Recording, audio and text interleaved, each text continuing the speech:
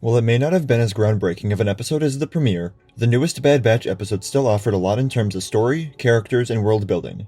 Diving right into the episode, having sustained heavy damage during their escape from Mount Tantus, Omega is forced to crash land the shuttle on a planet we later learn is named Lao. This was a spot that really stood out to me from the trailers, mainly because of the jagged peaks cutting into the sky. There wasn't much that felt entirely unique about the planet compared to some other Imperial-occupied worlds, but the episode did do a good enough job in building this planet out here. I liked how the clothing that Omega and Crosshair ended up donning resembles the outfits from Hoth, and then there were also just small comments about the way life is under the Empire. People gamble freely, but it is an illegal activity, so they have to pay a fine towards the Empire to keep it up. And especially in a more backwater world like this, everybody's out for themselves. Even something as small as information is going to cost you. No one does anything for free. After they crash on Lao, Omega was immediately concerned with going back for the others, whereas Crosshair wanted nothing to do with it. They really are like bickering siblings, and it was interesting to contrast their methods throughout the episode. Omega is compassionate, non-violent, always looking for the peaceful solution where no one gets hurt. She's got a good heart to the point where she seems naive at times, like when she refers to her gambling plan as a temporary requisition of funds, not hustling. She's extremely loyal, unwilling to leave without Batcher, who they wouldn't have escaped without. She also wants to do as much as she possibly can, whether it's realistic or not, like returning to Tantus to free all of the other imprisoned clones, or wanting to release all of the other animals when she finds Batcher locked up. Sometimes she just doesn't know when to stop. Crosshair, on the other hand, will do whatever is necessary for himself. He's okay with shooting up an entire Imperial occupation on Lao in order to escape. He looks out for himself and isn't concerned about a few people getting hurt because of that. But I think what this episode showed us is that neither extreme is necessarily the best way to always live. Not every problem should be solved with violence and self-centeredness, nor helping as many people as possible and forgetting about yourself. These two characters lie on both extremes, but one has to be willing to go back and forth depending on what the situation calls for. We get a brief moment with Nala Se imprisoned on Tantus, where she tries to play off the successful M-count transfer with Omega's blood as a false positive, although Hemlock isn't convinced. Based on what we've seen alone, I'm not really sure why Nala Se was so integral to the experiments there, but especially if she's being locked up, it doesn't look like the Empire needs her anymore. Even though she's a quiet character, she's had some largely heroic acts, so hopefully she'll be able to find a way out. Going back to Lao, the two clones can't send any long-range transmissions because of the Imperial occupation. They finally switched outfits, which even though it hadn't been that long, it was something that immediately came to mind for me when we saw the Empire there.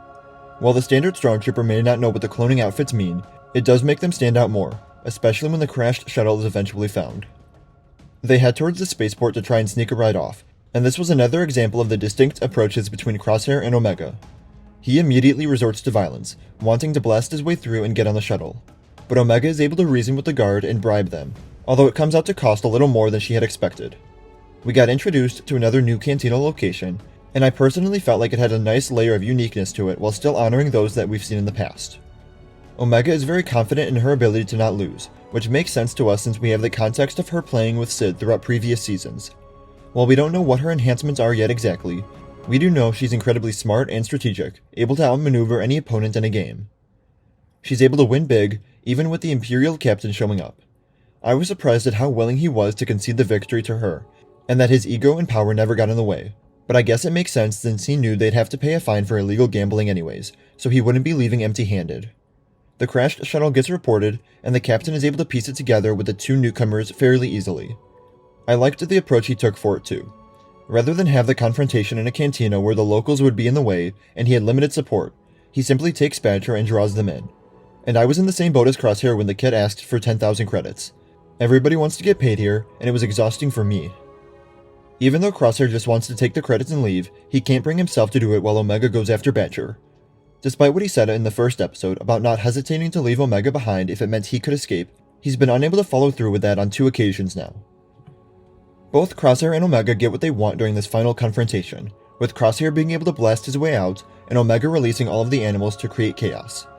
I felt like for the entire episode, there was this concern that they would be discovered, where it almost felt like we were walking on eggshells, but now that it finally happened, there was a huge release in tension, where I could just relax and enjoy it. After it was shown multiple times in the premiere, I was surprised that Crosshair's shaky hands were never mentioned, and he still seemed to shoot just fine. The captain gets eaten by what I believed was a Rathtar. There's a nice comedic moment of the Stormtrooper flying backwards as the transport departs, and then we see Hemlock arrive at Lao. Despite feeling free, the Empire will be able to track their location and find them sooner or later. He also mentions notifying the operatives, meaning Cad Bane and likely Ventress are not too far away. And then the beautiful ending, the visuals on the moon were the perfect place to have this reunion. It reminded me a lot of Rebel Moon. Omega finally reunites with Hunter and Wrecker, and it just felt so good to see them back together again. The span of time we as fans had to wait between seasons 2 and 3 really helped make us feel the same time and universe where Omega had been gone, so seeing them all back together again just felt so much more meaningful. But not everything is sunshine and rainbows. Although we've spent time with Crosshair and have seen him change a little as he helped Omega escape, Hunter and Wrecker still have some hard feelings for him, which is completely understandable given everything he's done to them. Crosshair's descent and the way it was all framed reminded me a lot of Obi-Wan Kenobi arriving on Mustafar, which hopefully doesn't mean anything bad for where we pick up next episode. And I also found it interesting how the framing was done where it remains Crosshair vs Omega, Hunter and Wrecker. The three of them are on a side together while Crosshair is all alone on the left. Even though he's changed a little bit, he's still isolated from his former squad. What do you think of this episode of The Bad Batch? Let me know in the comments below.